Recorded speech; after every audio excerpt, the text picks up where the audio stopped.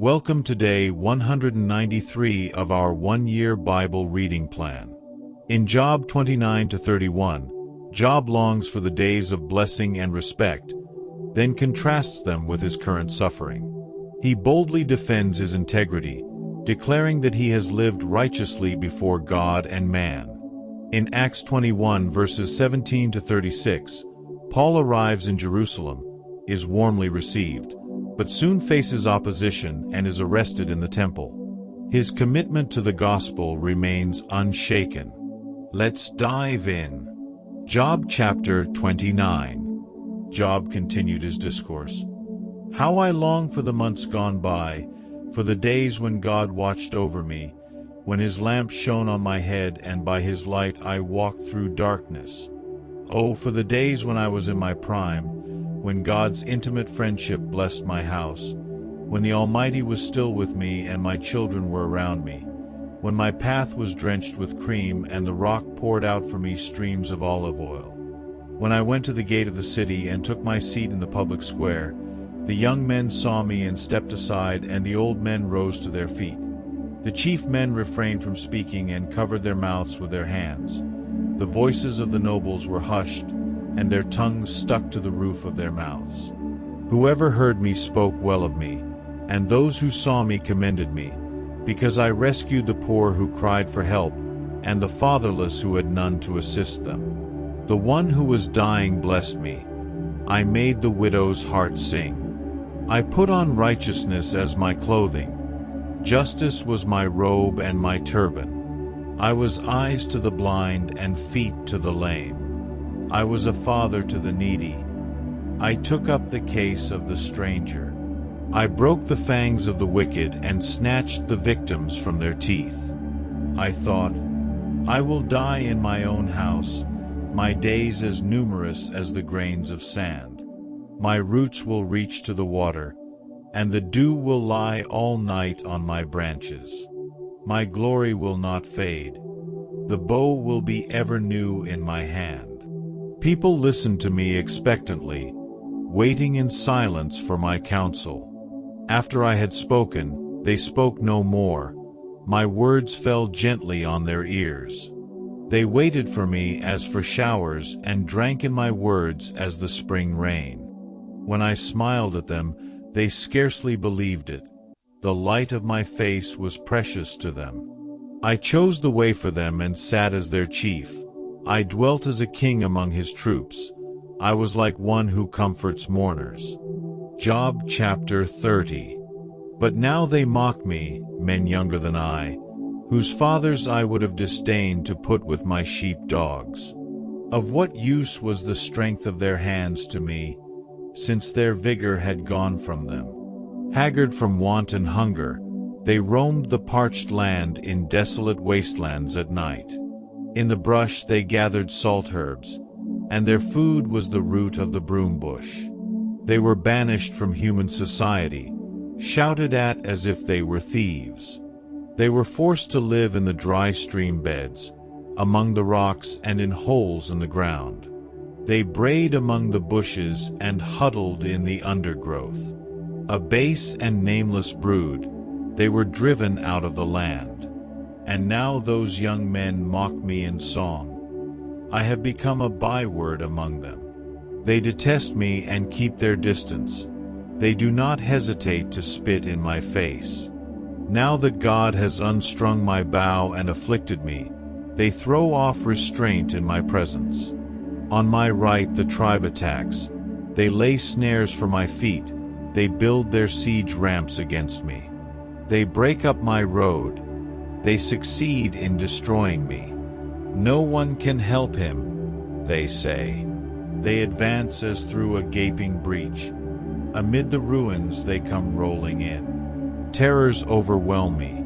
My dignity is driven away as by the wind. My safety vanishes like a cloud. And now my life ebbs away. Days of suffering grip me. Night pierces my bones. My gnawing pains never rest. In his great power God becomes like clothing to me. He binds me like the neck of my garment. He throws me into the mud. and I am reduced to dust and ashes. I cry out to you, God, but you do not answer. I stand up, but you merely look at me. You turn on me ruthlessly. With the might of your hand you attack me. You snatch me up and drive me before the wind. You toss me about in the storm. I know you will bring me down to death, to the place appointed for all the living. Surely no one lays a hand on a broken man when he cries for help in his distress. Have I not wept for those in trouble? Has not my soul grieved for the poor? Yet when I hoped for good, evil came. When I looked for light, then came darkness. The churning inside me never stops. Days of suffering confront me. I go about blackened, but not by the sun. I stand up in the assembly and cry for help. I have become a brother of jackals, a companion of owls. My skin grows black and peels. My body burns with fever. My lyre is tuned to mourning, and my pipe to the sound of wailing. Job chapter 31. I made a covenant with my eyes not to look lustfully at a young woman. For what is our lot from God above, our heritage from the Almighty on high? Is it not ruin for the wicked, disaster for those who do wrong? Does he not see my ways and count my every step? If I have walked with falsehood or my foot has hurried after deceit, let God weigh me in honest scales, and he will know that I am blameless. If my steps have turned from the path, if my heart has been led by my eyes, or if my hands have been defiled, then may others eat what I have sown, and may my crops be uprooted. If my heart has been enticed by a woman, or if I have lurked at my neighbor's door, then may my wife grind another man's grain, and may other men sleep with her. For that would have been wicked, a sin to be judged. It is a fire that burns to destruction. It would have uprooted my harvest. If I have denied justice to any of my servants, whether male or female, when they had a grievance against me, what will I do when God confronts me? What will I answer when called to account? Did not he who made me in the womb make them? Did not the same one form us both within our mothers? If I have denied the desires of the poor or let the eyes of the widow grow weary, if I have kept my bread to myself, not sharing it with the fatherless. But from my youth I reared them as a father would, and from my birth I guided the widow. If I have seen anyone perishing for lack of clothing, or the needy without garments, and their hearts did not bless me for warming them with the fleece from my sheep, if I have raised my hand against the fatherless, knowing that I had influence in court, then let my arm fall from the shoulder, let it be broken off at the joint. For I dreaded destruction from God, and for fear of his splendor I could not do such things. If I have put my trust in gold or said to pure gold, you are my security, if I have rejoiced over my great wealth, the fortune my hands had gained, if I have regarded the sun in its radiance or the moon moving in splendor, so that my heart was secretly enticed and my hand offered them a kiss of homage, then these also would be sins to be judged, for I would have been unfaithful to God on high. If I have rejoiced at my enemy's misfortune or gloated over the trouble that came to him, I have not allowed my mouth to sin by invoking a curse against their life. If those of my household have never said, who has not been filled with Job's meat? But no stranger had to spend the night in the street, for my door was always open to the traveler. If I have concealed my sin as people do, by hiding my guilt in my heart, because I so feared the crowd and so dreaded the contempt of the clans that I kept silent and would not go outside.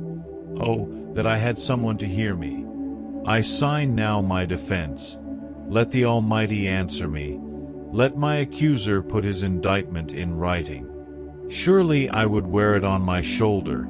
I would put it on like a crown. I would give him an account of my every step.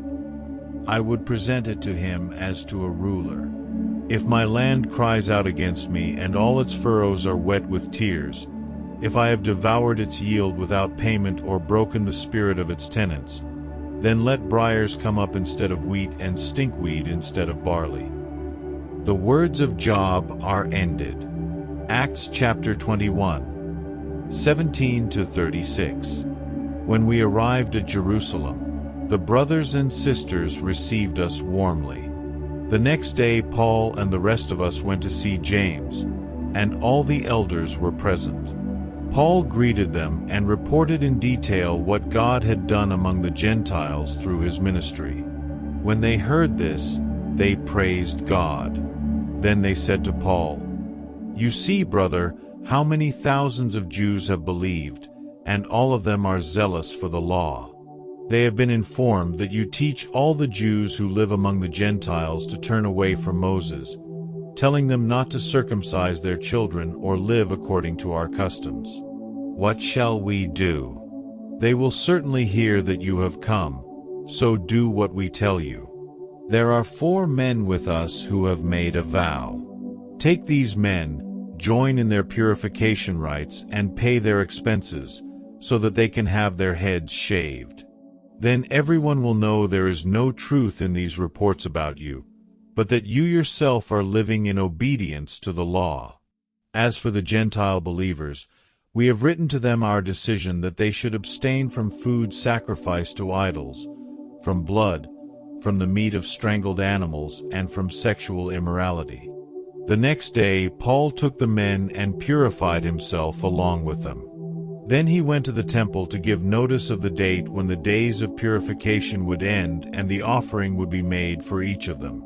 When the 7 days were nearly over, some Jews from the province of Asia saw Paul at the temple. They stirred up the whole crowd and seized him, shouting, "Fellow Israelites, help us! This is the man who teaches everyone everywhere against our people and our law and this place. And besides, he has brought Greeks into the temple and defiled this holy place." They had previously seen Trophimus the Ephesian in the city with Paul and assumed that Paul had brought him into the temple. The whole city was aroused, and the people came running from all directions. Seizing Paul, they dragged him from the temple, and immediately the gates were shut. While they were trying to kill him, news reached the commander of the Roman troops that the whole city of Jerusalem was in an uproar. He at once took some officers and soldiers and ran down to the crowd.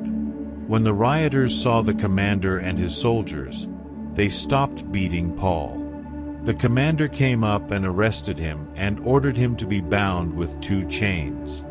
Then he asked who he was and what he had done.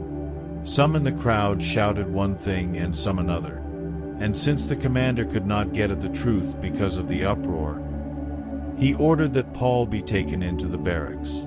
When Paul reached the steps, the violence of the mob was so great he had to be carried by the soldiers. The crowd that followed kept shouting, "Get rid of him!" Thank you for joining today's Bible reading. Let's strive to live with integrity like Job, and stand with courage like Paul even in the face of misunderstanding and trials. God honors a faithful heart. See you tomorrow.